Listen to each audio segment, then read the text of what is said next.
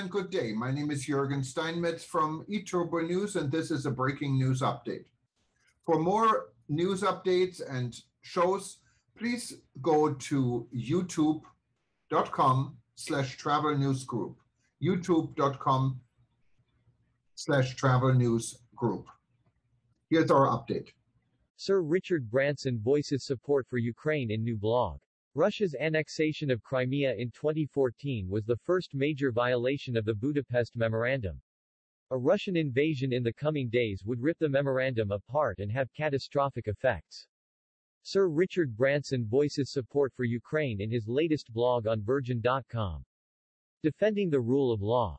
As Russia continues to amass troops on Ukraine's border, one element of this unacceptable aggression has been largely ignored. I recently shared my views on the situation, and why everyone should be coming together to stand up for Ukraine's sovereignty. This week I spoke to Vadim Prystaiko, Ukraine's ambassador to the UK, about the role of the global business community and the need to stand up for peace. The ambassador raised the very pertinent issue of the 1994 Budapest Memorandum. Then, Russia signed a commitment to respect the independence and sovereignty and the existing borders of Ukraine. In turn, Ukraine joined the Treaty on the Non-Proliferation of Nuclear Weapons and gave up its nuclear arsenal.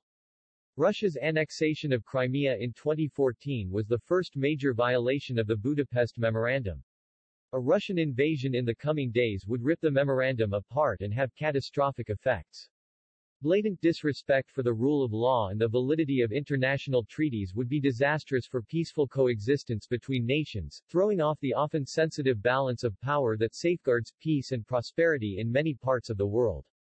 An invasion of Ukraine by Russia would further destroy the cause of disarmament and non-proliferation, which has international agreements at its heart. Without binding agreements and their implementation, there can never be peace.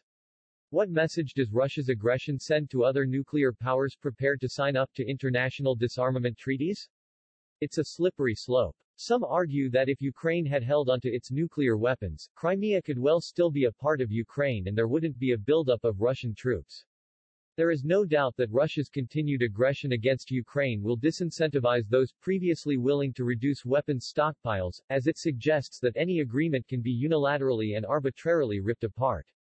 On a more fundamental note, unilateral withdrawal and blatant disregard of international treaties also points to a true crisis of multilateralism.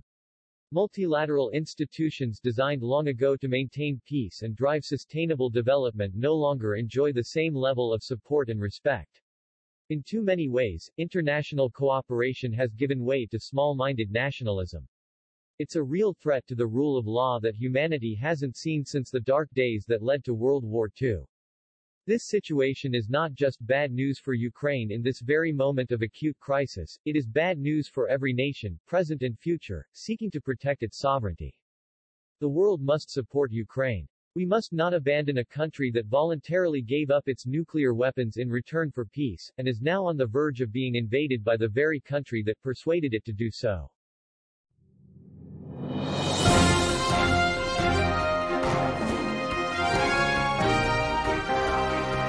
Thank you for listening to our news update. There's more on youtube.com/travel news group, or you can read us, of course, in going to our news portal at eTurboNews.com or travelnews.online.